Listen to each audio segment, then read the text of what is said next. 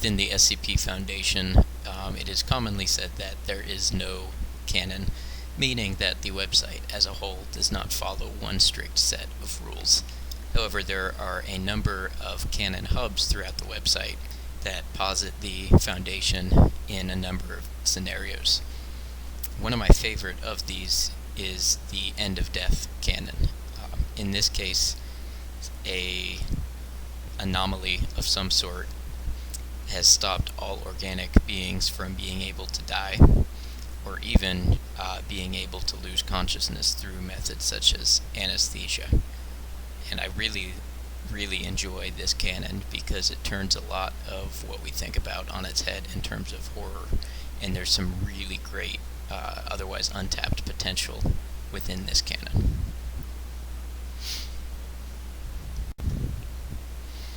So I wanted to go over a couple of my favorite works from within the End of Death scenario, and of course with a warning that for anybody who would like to get into the story chronologically, it very likely will include spoilers, so this may be something you want to skip if you want to read everything fresh and be surprised for the first time.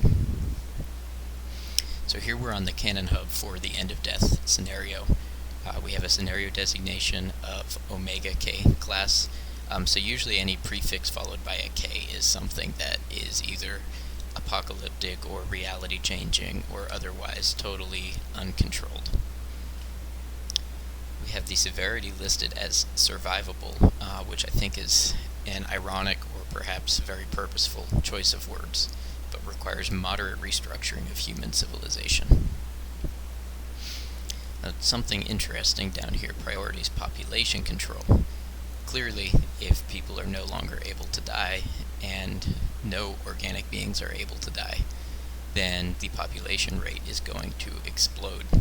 And this applies not just to humans, but think about every organic thing that reproduces, everything down to bacteria, insects, mosquitoes, ants. Every living thing created will no longer die and decay, at least not to a true form of decay. And then we have this kind of chilling one here, research terminal state replacement. If true death is not achievable, an alternative must be engineered for ethical reasons. It has been deemed unacceptable to let mankind suffer indefinitely due to decaying biological components. So within this storyline, not only are people and anything unable to die and unable to lose consciousness, but it does not prevent their biological decay and shutdown. So I'm going to go over a few, and we can see here there's a pretty large body of work that relates to this, but I wanted to go over a few that really drive home the existential horror involved in this canon. So to get started, we're going to introduce SCP-4514, and the title is The Thing That Kills You. Now, this is a very interesting nod to SCP Foundation culture, because an SCP that is a thing what kills you is a trope that's seen very much on the forum, to the point that that phrase is used quite commonly when people try to create an anomalous object that's only function is that it kills you in a strange way. Those articles don't tend to fly and get past the forums, much less survive on the website. So it's interesting that the title was used in a very deliberate way. So SCP-4514 refers to a standard switch knife. Its anomalous properties manifest should it injure an individual such that they lose 40% of their blood, injure an individual to cause significant damage to the brain, injure an individual to cause significant damage to the heart, or injure an individual such that they are incapable of respiration. Should an individual be injured by SCP-4514 in such a way that activates its anomalous properties, that individual will die. So it's an interesting kind of stake that we've set right off the bat, because the anomalous property of this knife is that if you attack somebody with it, they will die. And of note here, it is to only be used with the approval of the O5 Council, which again is kind of a trope that we see on the website, typically the O5 Council would not be involved with approving every use of a safe class object, such as this one.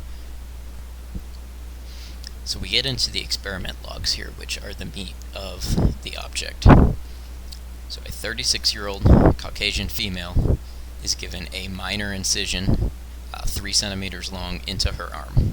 Subject survives. Same female, D3314, is sedated and given a major incision, 1 centimeter deep, 10 centimeters long, into her leg. Afterwards, it's stitched up. She survives. Experiment number 3, 93-year-old Asian male with inhibited cerebral function, or cerebral. Subject is sedated and then punctured with SCP-4514. The puncture is to target the brain and occur as swiftly as possible. Result, subject expired. And these get a little more odd as we go, because we notice in this case, experiment number 4 happens on a 131-year-old Caucasian female, suffering from muscle spasms and numbness. Subject is sedated and given a major incision across her midsection. If subject is still alive after 50% of the subject's blood has left her body through the incision, the wound is to be stitched together and an adequate amount of blood is to be siphoned back into the subject.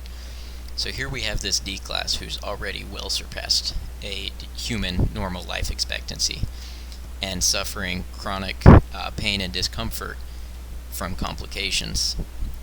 And in this case, we're using her as a test subject to see if this anomalous object will kill her, and if it doesn't, then we're going to put blood back in her and stitch her back up. Result, subject expires after 40% of blood left her body. We get all the way down to experiment 47. Researcher George House, 132-year-old Caucasian male. A small portion of SCP-4514 is removed and melted. It is fused with a standard .45 caliber bullet. The subject is sedated and then shot in the head with the bullet. The result, subject expires. Experiment number 48. Researcher Tanya Luvoy, 89-year-old Caucasian female. Subject is sedated. Pressure applied to the subject's throat using the handle of SCP-4514 such that the subject suffocates. Result, subject expires. So what we're seeing here is that any actual use of a material portion of this knife will kill the person. Experiment 49. Site Director Charles Panth, 149-year-old Caucasian male.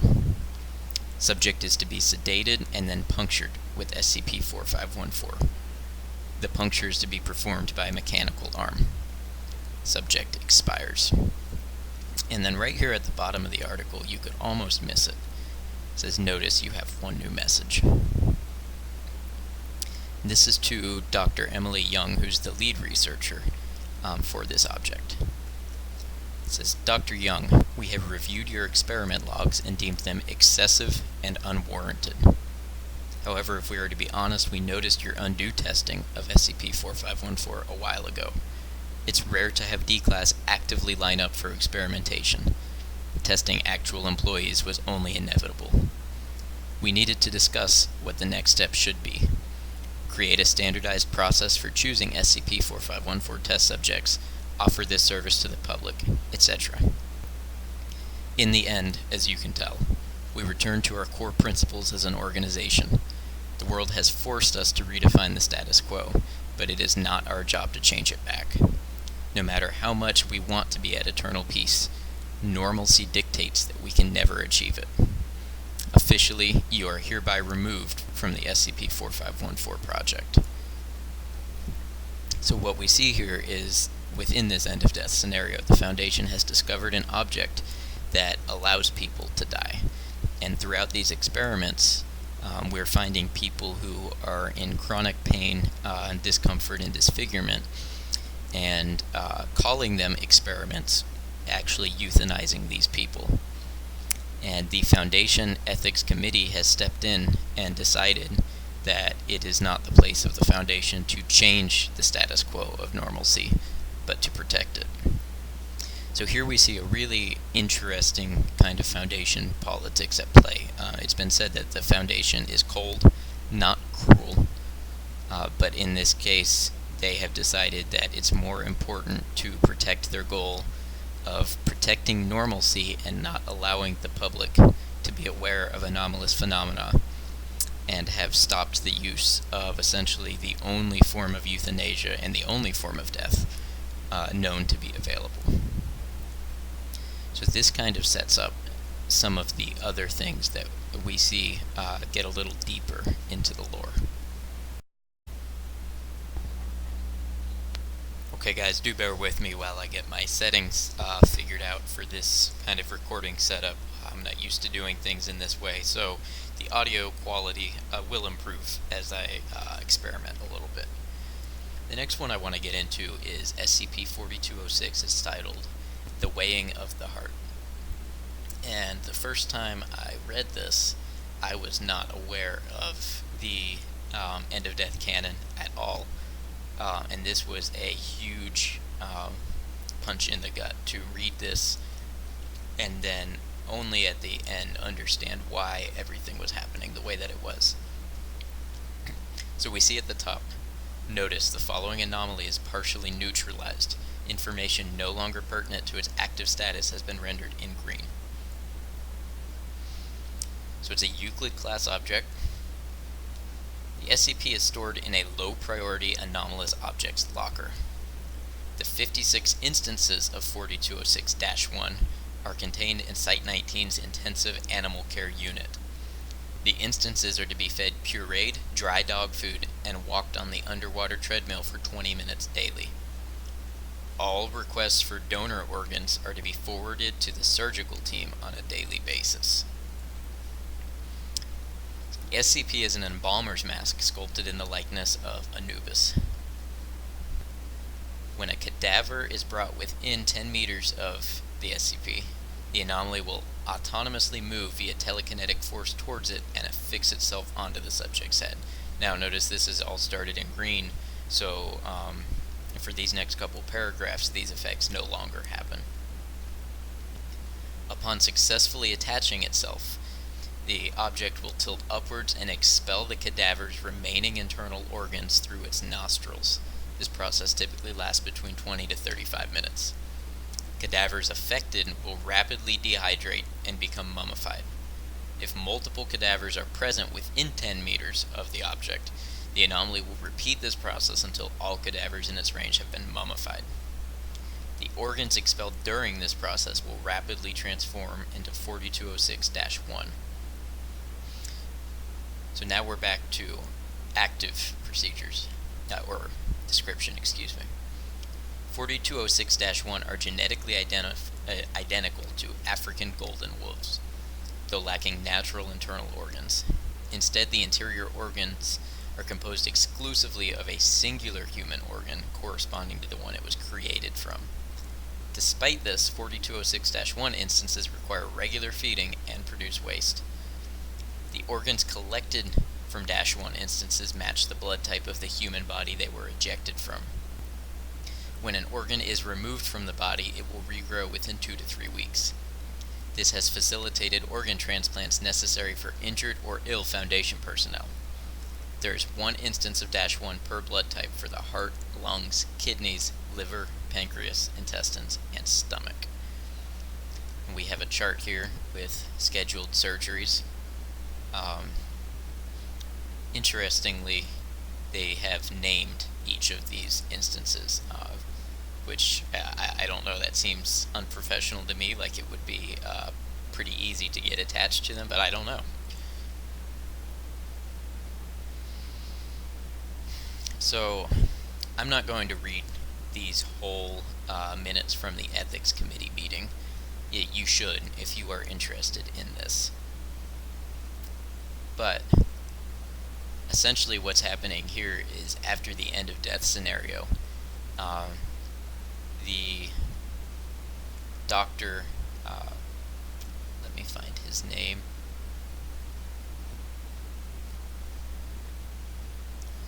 So essentially the lead doctor underseeing animal care for this object has repeatedly lodged protests with the Ethics Committee, because of the way that these animals are used and harvested for their organs, because we still have decay even if people don't die, and these fresh organs are being used as donor organs to help repair damage done to Foundation personnel by natural aging and other damage. And essentially, this doctor is lodging complaints because he has to care for the animals and do the surgeries and remove the organs, but the conditions of the Omega K scenario basically make it so that the animals cannot be anesthetized.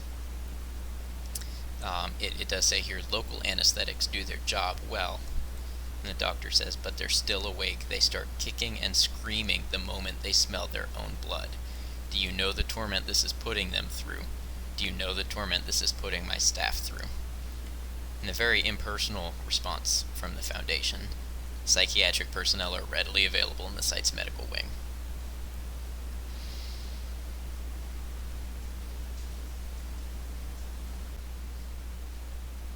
And reading this article, especially for the first time, it's not really mentioned in here that this is part of the End of Death canon. You do get this little hint in the green text, but you make it all the way through this meeting where the doctor is wished his happy 153rd birthday. And this takes you back to the End of Death hub, and the implication here also is that the doctor, as well as all of the other Foundation personnel, are using the organs harvested from these dogs to keep themselves alive because, the Foundation must continue to exist, especially if there's to be any hope of recovering from the situation and finding a solution. So the last one I kind of want to go over for this recap, and I will link the hub because I highly recommend viewing this on your own time and reading this in your own time. But when you talk about uncomfortable existential horror, and the ones that you read that come back and kind of keep you awake at night, this one really gets me. So we have SCP-4979, I want to make sure I get this title right, In the Grim Darkness of the Far Future. So, it's a safe class object, and the procedures indicate all instances are to be left in the facility in which they were discovered.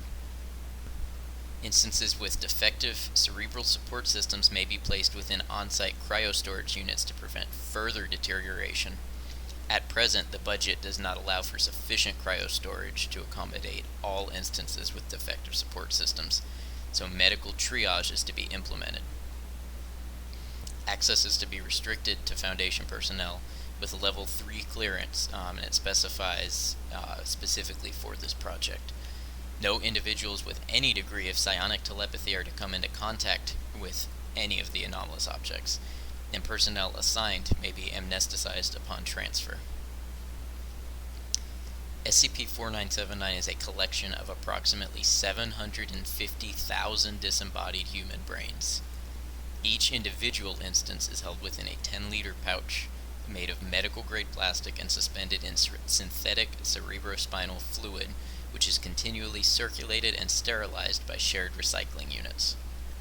These recycling units are imbued with mild ectoentropic properties which allow them to function indefinitely without loss of usable fluid, making it a closed system. So this right here, this is obviously a little bit of anomalous science, not real science. Each pouch also possesses its own cardiopulmonary unit, which oxygenates and circulates blood through the cerebral and basilar arteries of each instance. Due to a variety of damages and malfunctions, this cerebral support system is no longer functional in approximately 38% of SCP-4979 instances. Each brain has been fitted with a lattice of unknown thomically conductive alloy and an electrothomic central processing unit, designated -A. So thomically, think of anytime you see the word thomic or thaumaturgic, it lies somewhere in the realm of not quite magic, not quite theology. It's sometimes used as a catch-all for anomalous, obviously supernatural things in a pseudoscientific context. So if you're not a huge reader of the wiki, you may not have seen that term before. Although the workings of -A are anomalous and poorly understood, they appear to draw their power from each brain's own EVE emissions, and this is a whole separate thing that I encourage you to get into. Based on documents recovered from the provisional site, group of interest, the Fixer-Uppers, a cartel of back-alley parasurgeons, began performing the procedures shortly after the onset of the Omega K scenario. It has been surmised that the GOI targeted individuals suffering from previously life-ending injuries without any hope of recovery or receiving a donor body. And you have this nice flyer here. Living forever doesn't have to be a fate worse than death. Your body will grow old, sick, broken. Why remain tethered to such a fragile thing? We can free your mind, literally. Achieving true transhumanity by discarding your mortal coil and focusing on the only part of you that truly matters, your brain. Our team of highly skilled professionals will transplant your brain into our state-of-the-art cerebral support system and plug it into the most advanced simulated reality design to date. Call today to discuss our very reasonable financing options. Paradise awaits. So this group is targeting people who have been hit worst by the end of death scenario and offering them a way to get out of their bodies, which are breaking down, and into a state where they can live in happiness and peace again. And it only gets worse from here. -A appears to have been intended to detect the neural activity of the attached brain and provide targeted electrothalamic stimulation, primarily for the purpose of simulating sensory input. -A also appears to have once possessed Wi-Fi capability for brain-to-brain and brain-to-hardware communication. This function is now inoperable in all instances. I do wonder about this given the timeline. I believe this is 22nd century, so we're talking about basically magic metal and well over 100 years in the future, and we're still using Wi-Fi. I believe probably there could have been a better way than Wi-Fi, but that's just me. -A were apparently mass-produced without any individual customization. The removal of individual brains and implantation of -A seems to have often been crude and careless, typically resulting in brain damage, inflammation, and scarring. As a result of these factors, in addition to the substandard design of -A, the sensory feedback they originally provided was of much poorer quality than baseline human senses. As such, instances often suffered from various degrees of sensory deprivation. The effect is believed to have worsened over time as the thalamic lattice of -A gradually became corroded and displaced within the brain, weakening signal strength further and resulting in electrothalamic misfires. -A has also been shown to promote the formation of amyloid plaques within the brain, and these are related to dementia as well as Alzheimer's and several other neurodegenerative diseases. It's believed that the GOI continued to accumulate instances until the early 22nd century, when a newly introduced brain contaminated the recycling system with an antiseptic-resistant strain of herpes simplex virus. This strain rapidly spread throughout the recycling system and infected all of SCP-4979, causing severe encephalitis, swelling of the brain, and consequently damaging -A units even further. This is believed to be when -A lost their wireless capabilities, isolating SCP-4979 from both the outside world and each other. Rather than attempt repairs, the GOI chose to abandon the facility. When the facility was discovered by the Foundation in 2138, the brains were believed to have gone over 30 years without any external contact.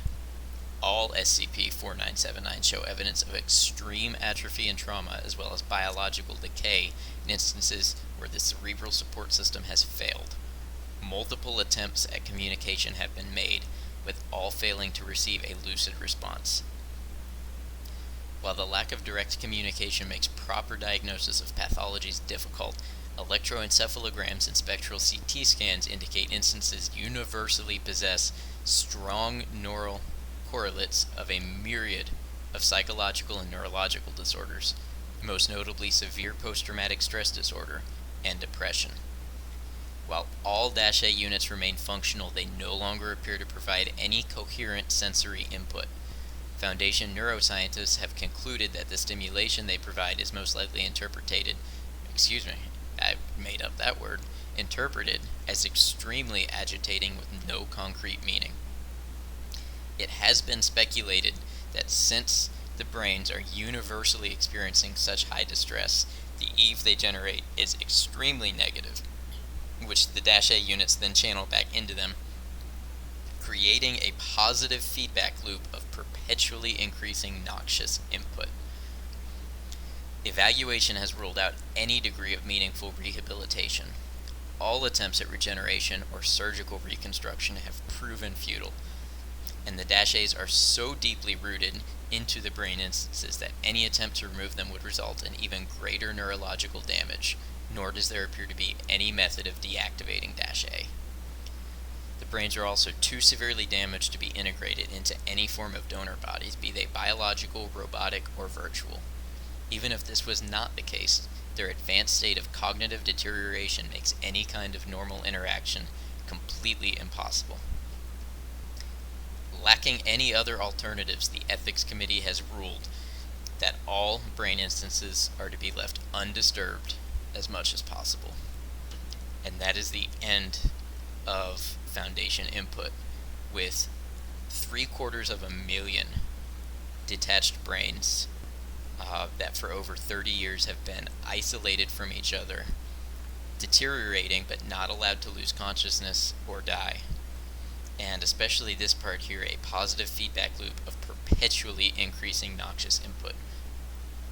Now, there are some real-world psychological disorders that kind of show what happens when input gets created randomly. Things like exploding head syndrome, it's a real scientific name, where people experience very frightening loud sounds, flashes of light, things like that. But you can only imagine that all of this is that taken up to an unimaginable degree. Not only that, they have severe depression, post-traumatic stress disorder.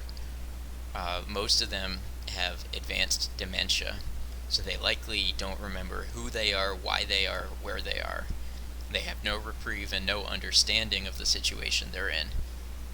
No contact with humans whatsoever, and eternally random neurological input that manifests in severely unpleasant ways with no control.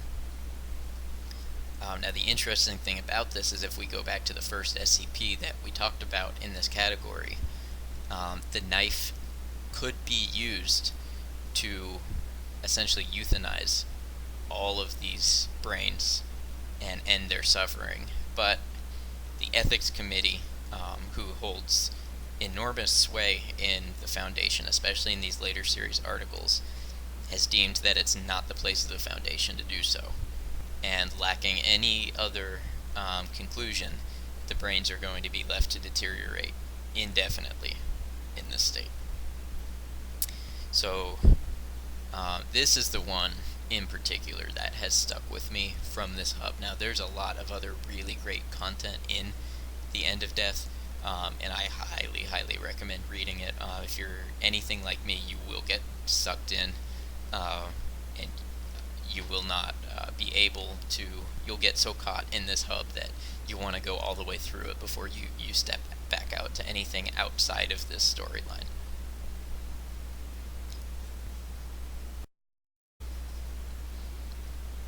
So guys, I do want to thank you for sitting through this. This channel is a new experiment for me to get into the different types of media that I really love and enjoy. I have another YouTube channel where I do firearms and gunsmithing content. That's my more professional outlet, and I wanted to do something that really celebrates all the different types of art and everything that I love. The SCP Foundation is something that I'm heavily invested in and have been for many years, but other things to come do include other video gaming content, music, and generally just an artistic and entertainment release for me, and a way to just share things that I enjoy without the pretext of trying to make it something professional or something that drives income. I do want to shout out SCP Cafe. is something that I will post a link to. I got this shirt from the SCP Cafe store, as well as a Mobile Task Force Nine-Tailed Fox shirt that I like a lot. SCP Cafe is a podcast that goes over typically about 5 new articles each week, the ones that released that week. The host, Blue Soul, has a really great way of delivering the content, and he's I can't remember all of his titles offhand, but he's a staff member at the wiki as well as the chat and some of the subreddits, very heavily involved. So I definitely recommend giving that podcast a listen. It's free on Spotify. I am a patron, so you do get some rewards if you would like to donate. But I will also point you towards their store where you can buy this shirt and many others, as well as a huge array of vinyl artwork created from the Sunny Clockwork art collection. In fact, before we leave, let me just show you the store.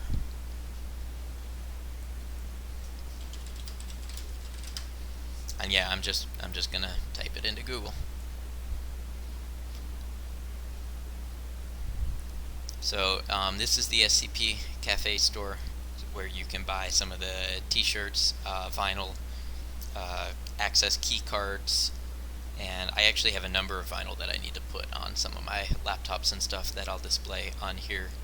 And if you buy anything from the Sunny Clockwork collection, so Sunny Clockwork is an artist that's created a large number of SCP designs. And when I say a large number, this is just Series 1, and you have all of these to choose from. And really, that's not even all of the ones that have been created. But if you buy any of these from the Sunny Clockwork collection, not only does it support SCP Cafe, it supports Project Foundation, which is attempting to move the SCP Wiki to an independent platform off of Wikidot, and it also gives a small commission to the artist who created it, so all around great way to support. Anyways, thanks for watching. This is a new video format that I'm doing, so if you have feedback, by all means leave it. I would be remiss if I didn't, like every other person, ask you to subscribe if you're interested in the content of the channel and the theme and more stuff to come. I hope you enjoyed this, and I hope you enjoy any future videos. Thanks.